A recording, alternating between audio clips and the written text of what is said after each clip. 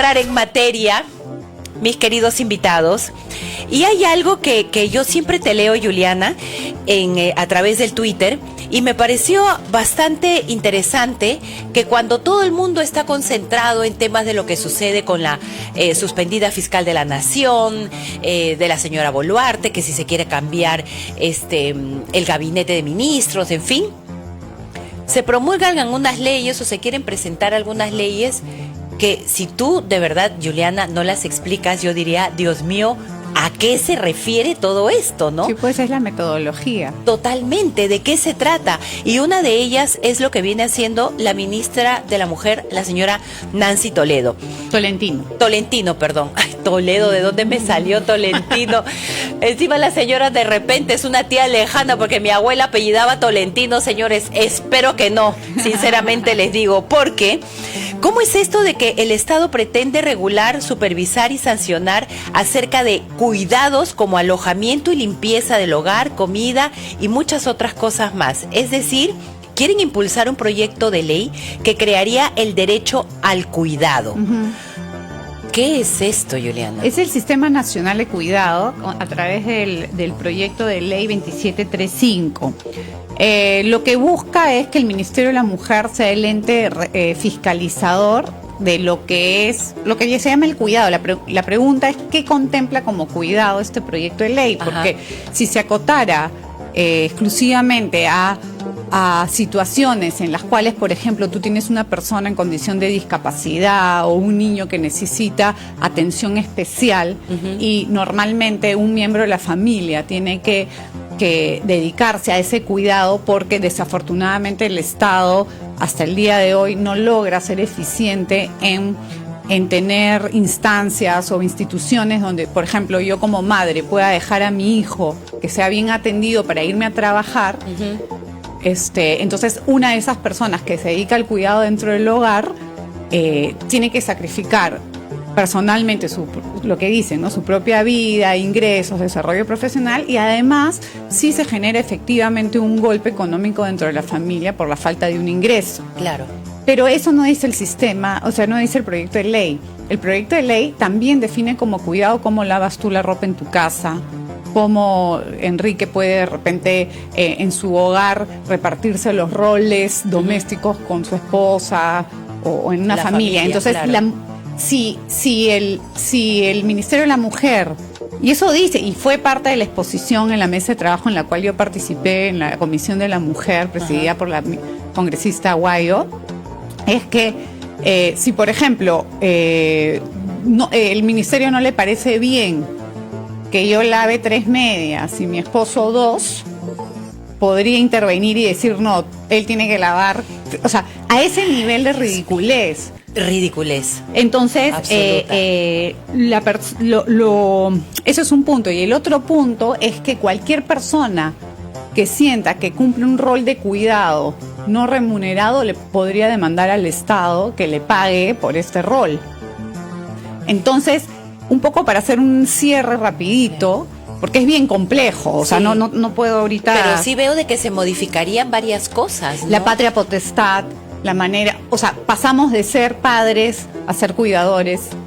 ¿Cómo es eso? Explícame, por favor, con manzanita, Juliana, porque la gente que nos escucha necesita saber, porque con tantos proyectos de ley que se presentan, uy, por ahí, ¡brum!, se va uno, pero por la tangente, y después ellos agarran y dicen, ya esta ley ya se promulgó. Pero dime, o sea, dame ejemplos simples, así, del ciudadano de a pie que nos está escuchando y viendo y se quiere enterar realmente de qué trata, porque la patria potestad, señores, qué miedo. Claro, nos puede tocar a cualquiera. Recordemos que toda la ideología de cualquier índole se comienza a meter en el Estado a través de normas de rango menor. Eso es lo primero. Poco. Segundo, metiendo términos y cambiando términos que reconfiguran realidades o fenómenos concretos. Por ejemplo, el ejemplo que acabo de poner, ya no eres padre, eres cuidador. Entonces ya la patria potestad no existe, porque tú pasas a ser el cuidador del niño. Claro. Entonces es distinto, o sea, pero se va metiendo de a poquito, ¿no? Totalmente. Y ahora lo que estás diciendo es cierto. ¿Cómo ellos también, Enrique, pueden usar ciertos términos y cambiarlos de cierto modo, como por ejemplo, no es terrorismo, es conflicto social interno. O sea, siempre están pintando lo que realmente es. Conflicto armado interno. Sí. Bueno, hay una frase muy conocida en el término filosófico, lingüístico, semántico, que dice que el lenguaje crea realidades. Ajá. Y lo primero que tú tienes para lograr la hegemonía sobre determinados grupos sociales es justamente controlar el lenguaje. Eso está ampliamente estudiado, mucho antes de estas olas, digamos, que hemos vivido, que apuntan hacia esa derivada, digamos, ¿no? Por lo tanto, sí, particularmente algunas cuestiones incluso tienen validación para otras realidades, como el asunto del conflicto armado interno, por ejemplo, pero que no tienen nada que ver con situaciones históricas que han ocurrido en países como el Perú, por ejemplo. Claro. Donde claramente ha habido aquí una organización criminal, delictiva, asesina, como Sendero Luminoso, que nunca ni se acogió a los usos de la guerra, digamos, asimétrica, ni tuvo la intención de hacerlo tampoco, sí, ¿no? Eran atentados básicamente para sembrar el terror, eran gente que no estaba uniformada, que no seguía ningún tipo de regla, simplemente quería minar la moral de los que conducían el Estado para poder derribar ese Estado y tomar el control del país. O sea, no tiene nada que ver con otras realidades donde ha habido grupos regulares, guerrillas, etcétera, otro fenómeno totalmente diferente. Sí. En lo que corresponde al Perú, por ejemplo, creo que hay que ser bastante firmes en ese tema. Esto, y además entra en el debate porque suceden cosas como las de Ecuador, por ejemplo, claro, donde el presidente declara este tipo de cosas, creo sin una referencia, digamos, más allá de lo que inicialmente él pudo haber visto, y creo que eso es recogido aquí en un acto un poco oportunista, ¿no?, de algunos sectores, para decir, lo dice un presidente, entonces esto es así. Creo que hay que tener mucho cuidado, y eso se da en estos temas subversivos, por ejemplo, como en otros debates en el ámbito cultural, en el ámbito diferente, ¿no?, educativo, ¿no?, sí, por ejemplo. Porque eso no es todo tampoco, Juliana, de lo que estábamos mencionando, también está el incorporar un oficial para la igualdad en todas las instituciones públicas. O sea, ¿qué va a hacer? ¿Qué haría este oficial? Un poco quisiera, para poder dar paso, porque creo que lo reafirma, explicar también que en este proyecto de ley del Sistema Nacional de Cuidado, el Ministerio de la Mujer ha recibido durante el año 2022 $680,000 de la cooperación internacional solo para hacer el proyecto de ley.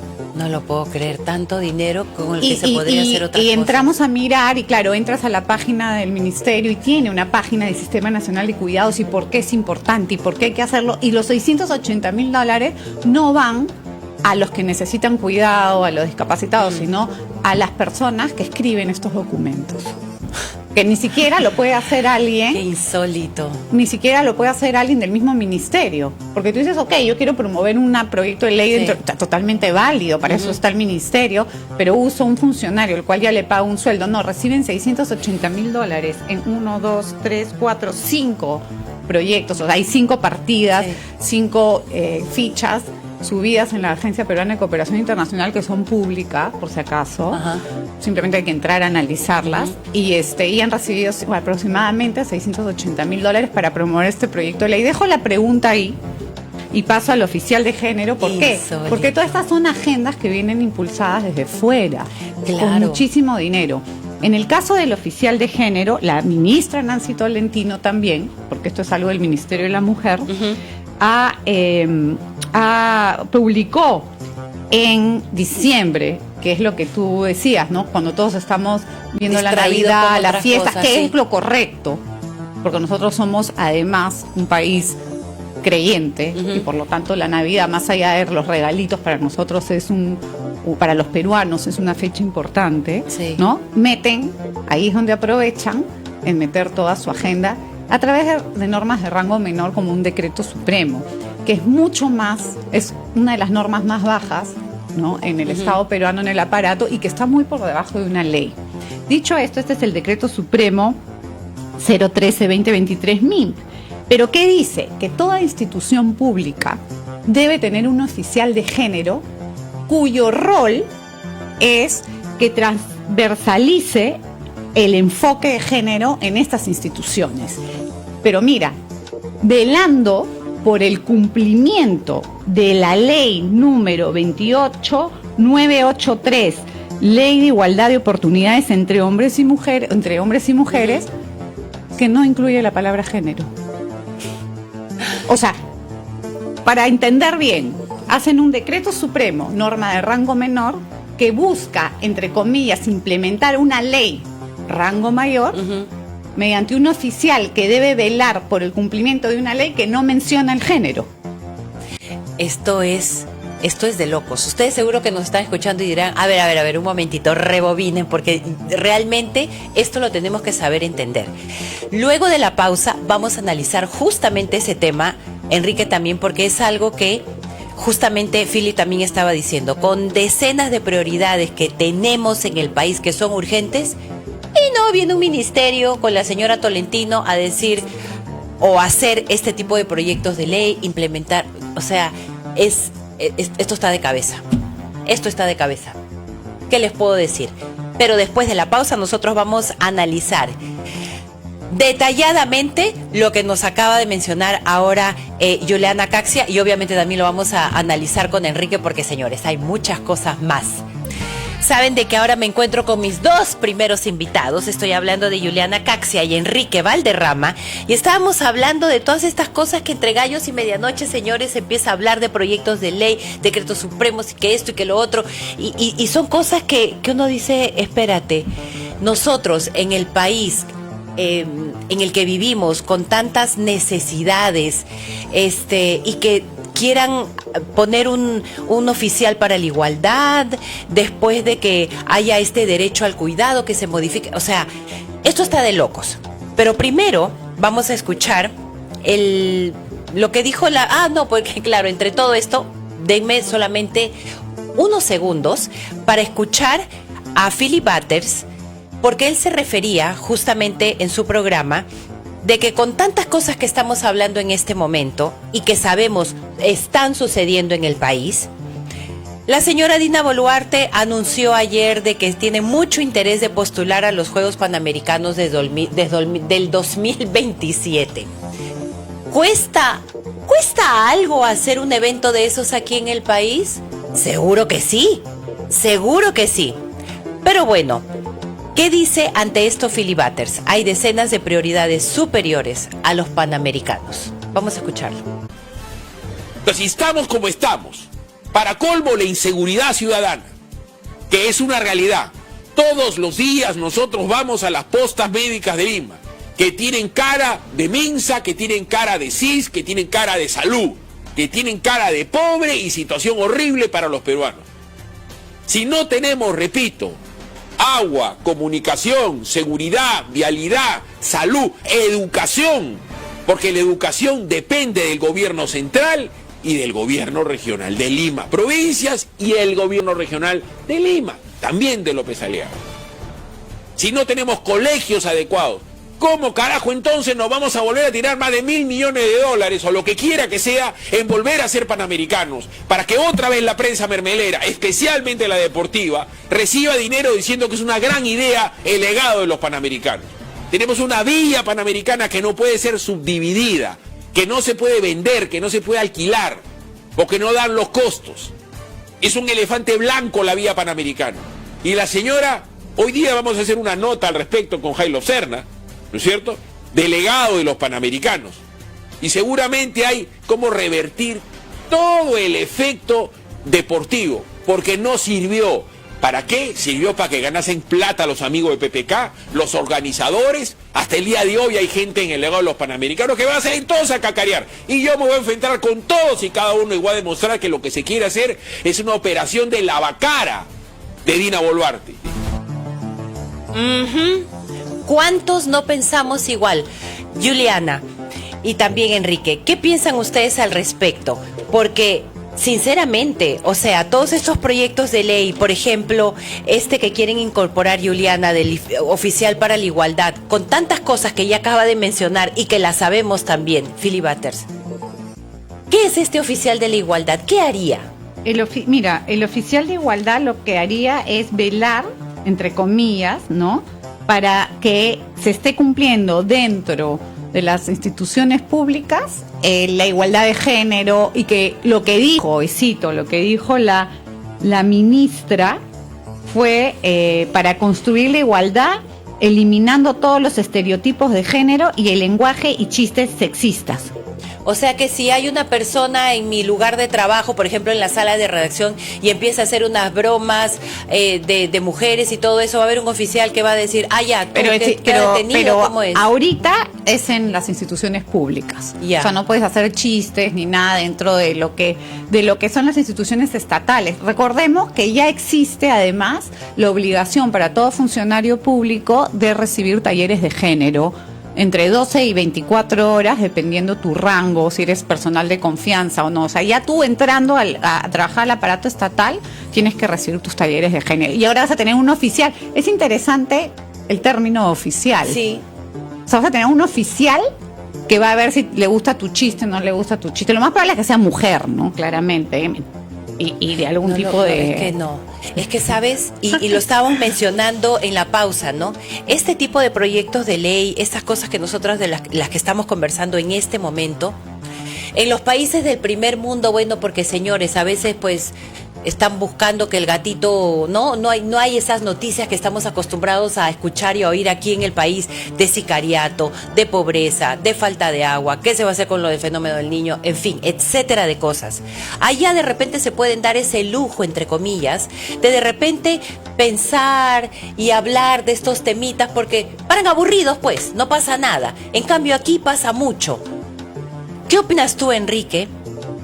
Con todo esto, mira, por un lado, los temas que muy bien hace Juliana Caxia en tocar a través de sus redes, porque pasan desapercibidos. Si no es por Juliana, sinceramente, no nos enteramos. Recuerda que tenemos un antecedente, y creo que lo hemos comentado aquí, sobre esta forma, cómo se introducen algunos temas y cómo se gasta el dinero, Sí. o cómo se piensa sobre determinados procesos en el país y cuáles son las prioridades. Creo que lo comentábamos aquí cuando un funcionario habló sobre el género del agua, me parece, o algo, ¿Verdad? o algo parecido. ¿Verdad?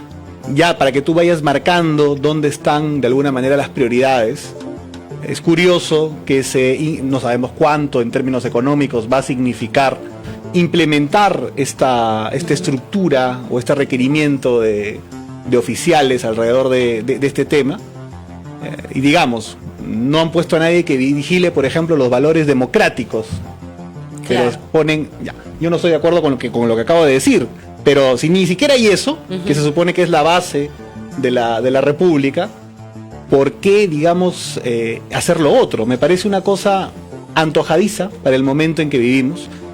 Y además, obviamente, creo que hay dos grandes asuntos que son importantes de tocar. Primero, el tema de los panamericanos, que lo acaba de mencionar Philip Butters. Y en segundo lugar, el caso de la inyección de la capitalización prácticamente de Petroperú. Estamos hablando de buenos miles de millones de dólares. En el caso de Petroperú, 2.500. A lo que voy es, si toda esta agenda que impulsan, en este caso que lo ha señalado Juliana, sirviese para que sectores populares puedan mejorar sus condiciones, sería interesante. O si el dinero de Petroperú, o si el dinero de los panamericanos sirviera para que algunos sectores hoy desfavorecidos, en términos de pobreza, en términos de acceso a educación, de posibilidades, avanzaran un poco, uno podría decir, bueno, hay que pensarlo. Seguro. Pero ni siquiera, o sea, no No. impacta absolutamente en nada.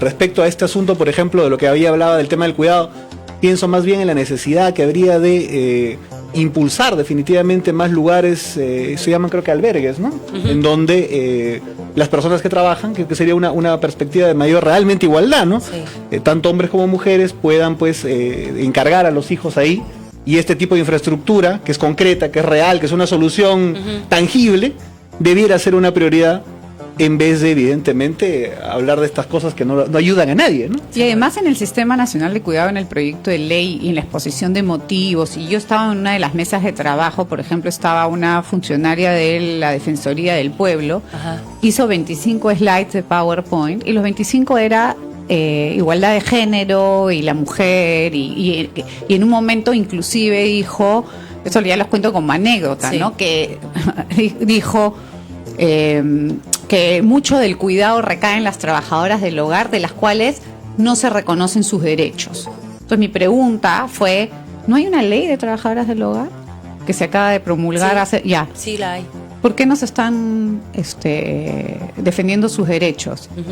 Le pregunté. O sea, usted me está diciendo que no puede el gobierno, el Estado, ni siquiera velar porque una ley justa, desde mi punto de vista justa, ¿no? Que protege a un grupo concreto, con nombre y apellido, muy reducido, no logran hacerla cumplir y quieren hacer un sistema nacional de cuidado. Claro. O sea, escucho a Enrique, ¿no? Enrique dice, claro, no ponen a nadie que vea los valores democráticos. Es que ni siquiera hay alguien que vea que cumplan con el plan de ejecución de los presupuestos.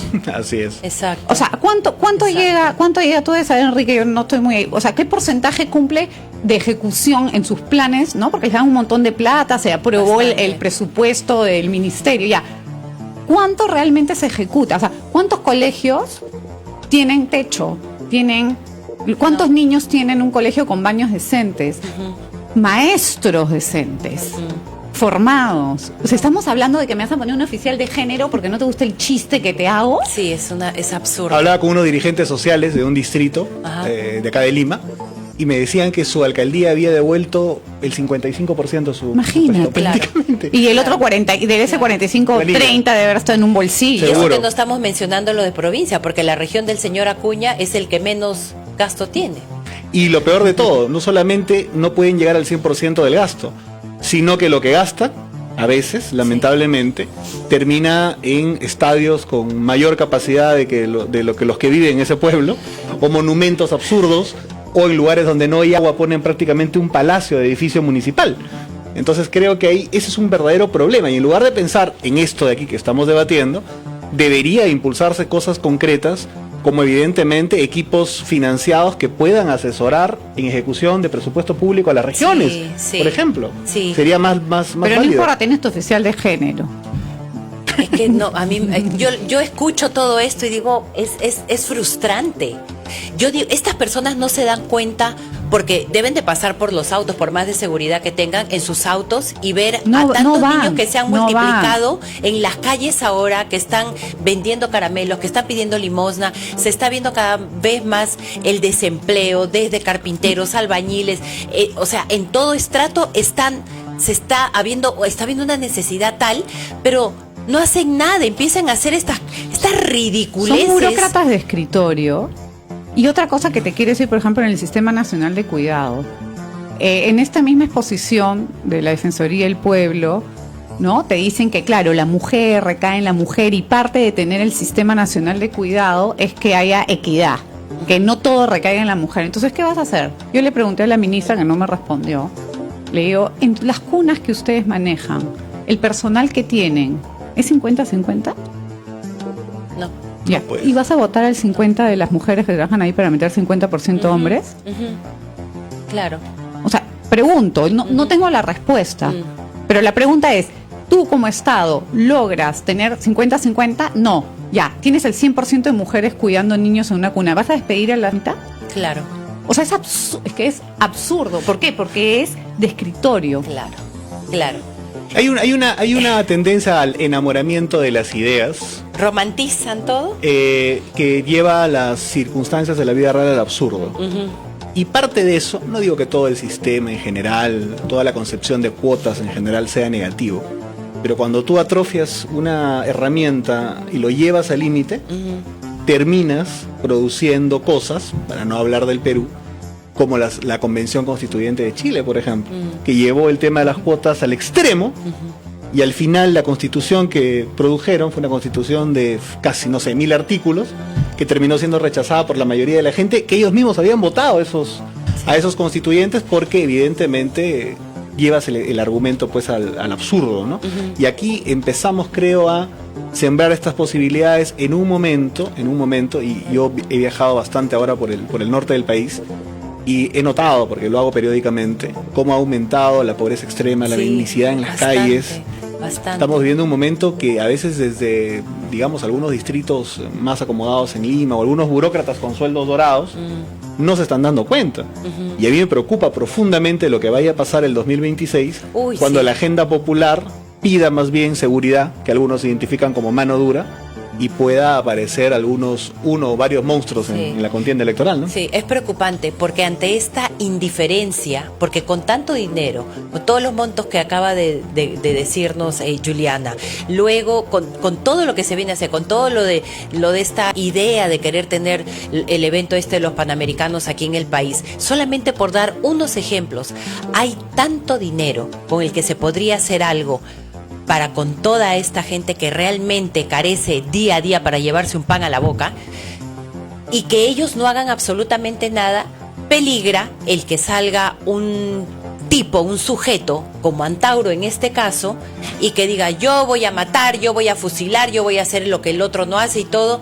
Y en algún momento, de repente, de vulnerabilidad, de necesidad extrema de las personas, dicen: pucha, yo voto por él. Como no más ricos en un país de pobres. Sí. Obviamente. O no más pobres en un país de ricos, al revés, ¿no? Sí. Y terminaron votando, y estamos en la peor crisis. Sí. Hace unos días tuve una reunión con empresarios que importan fruta, quebrados.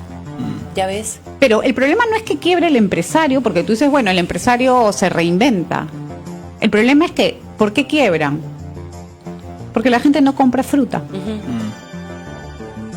Entonces tú dices, ¿y eso qué implica? Retrocedamos, la gente no se está alimentando tan bien, ¿no? Tiene que prescindir de un alimento importante, ¿no? Para los niños. Tienes las tasas de anemia infantil. Creo que ya están bordeando el 50% en algunas regiones, más, ¿no? ¿Por qué? Porque es bien fácil sentarte y decir: ay, a mí me molesta el chiste sexista. Que claro, es sexista cuando lo hace un hombre o una mujer, pero acabamos de ver en el Congreso a Susel Paredes, a varias, haciendo chistes sobre un congresista, que también me parece pésimo el chiste del congresista, pero cuando viene de una mujer a un hombre, eso no es sexismo. Yo quiero recordar una cosa importante, sobre todo el tema de la anemia, ¿no? Y creo que hay responsabilidad o corresponsabilidad también de los que tienen una posición de influencia y de poder en la sociedad, no necesariamente que están en el aparato de las autoridades formales. Pero yo recuerdo que una periodista, que ya no está en televisión, pero que estaba y era muy influyente, en el momento donde la anemia empezaba a dispararse, celebraba y decía: muy bien que ahora el Estado haya aprobado en la lucha contra la anemia más presupuesto en publicidad estatal para luchar contra la anemia. Entonces se me sube la hemoglobina. Exactamente, claro, te das cuenta por dónde van, o sea, jalan para su molino y la verdad que no les interesa solucionar realmente el problema. Es tremendo, como algunos esquemas de sociedad civil que pareciese en realidad que quisieran que los problemas persistieran para poder seguir tocando las puertas de la cooperación internacional para decir: subsiste el problema, por lo tanto, financienme más, ¿no? Eso es, mira, yo estoy terminando una investigación que espero poder publicar el primer informe en este primer trimestre sobre cómo llega la plata de la cooperación internacional para promover la Agenda 2030, específicamente. Como es más mi especialidad en el tema del género. Hay un ODS, un Objetivo de Desarrollo Sostenible, que es el 5, que es la igualdad de género. Y te dicen, claro, bien bonito lo que busca: igualdad entre hombres y mujeres, que no haya brecha, que las niñas estudien. O sea, es como que es una lista de deseos aceptable. Yo no estoy de acuerdo con la palabra género, pero digamos que es aceptable. Ok, vayamos a lo práctico. Me metí a analizar todas las fichas de la cooperación internacional vinculadas con el ODS 5 de los últimos 5 años hasta el año 2021, porque hasta el 2022, en el momento en que terminé la investigación, todavía no estaban subidos en la plataforma. El dinero que se recibe no es para una mejor escuela para que las niñas vayan, o una educación técnica, es nosotros trans por la igualdad de las mujeres en su diversidad, aborto seguro y universal, aborto gratuito y no sé qué, derechos sexuales, o sea, es una mentira. Sí, claro. Es una mentira. Entonces, ¿cuándo te das cuenta? La típica, lo que dice Enrique, sigue la ruta del dinero. Perfecto, lindo lo que tú tienes en tu papel, en tu escritorio, en tu proyecto de ley, pero vamos, ¿cómo se mueve la plata? Claro. ¿A quién le cae? ¿Qué promueve? ¿Quién se beneficia? ¿Quién la beneficia? ¿Cómo la distribuyen? Sí, y cómo cambian las personas, ¿no? Porque la ministra de la Mujer, la señora Tolentino, hasta el 2005 comentabas, ¿verdad, Juliana? Estaba en contra de todo este tema, no sé si del enfoque de 2005. género, pero bueno, en algún momento, digamos así, porque el punto no es aquí el año, sino de que la señora es evangélica y supuestamente dicen de que los religiosos practicantes tienen un corazón mucho más grande y ellos son más cercanos a la gente pobre y dan para que ellos puedan también. Si la señora tiene tremendo cargo y puede hacer algo para que todo este tema de la pobreza, ella siendo evangélica o si fuera cristiana o si fuera católica, lo que fuere, pero señores, que haga algo, pero no puede ser tan indiferente y ser parte de este, ¿cómo se le puede decir? De impulsar esta agenda del 2030. Hay una frase muy buena que es: la política peruana es un cementerio de promesas defraudadas. Y creo que es el caso de la ministra para su sector, el sector seguramente que siempre la ha apoyado, el sector evangélico que tú haces referencia. Pero no es un dato nuevo de la realidad peruana. ¿Tú recuerdas esta activista también que hizo todo un escándalo alrededor de la asunción de Castillo, que gritó incluso, y que a 17 horas después estaba juramentando como ministra? Pero esa era Miloslavic. ¿Te acuerdas? ¿Verdad? Es la ministra Miloslavic. Me parece, no recuerdo el nombre. Era pero, ministra de la Mujer. No era, o sea, estaba protestando contra Sí. Castillo. Y ¿Verdad? 17 horas después estaba... Y que, por cierto, Diana Miloslavic es la promotora del Sistema Nacional de Cuidados, Ahí porque está. es un proyecto de ley Claro. presentado en el gobierno. ¿Sabes quién firma el proyecto de ley? ¿Quién? Castillo y Aníbal Torres. Lo cual es otra tradición para el sector, porque Castillo estaba también relacionado con algunos sectores, digamos, conservadores evangélicos, algunos también. Sí. O sea, ellos Decían que la esposa, vendían ¿no? que eran pues conservadores también, ¿no? Y evidentemente pues no lo eran, lo que eran bastante ávidos para tratar de conseguir dinero por fuera, Sí, ¿no? claro. O sea, uno Esa es busca una- por lo menos, mira, una de las cosas que yo digo es, tú puedes pensar como quieras, pero sé coherente. No, claro. Total. Entonces, claro, yo espero de ti ante, o sea, sí, acá yo lo tengo, ¿no? La ministra Tolentino, ella ha estado trabajando, ¿no?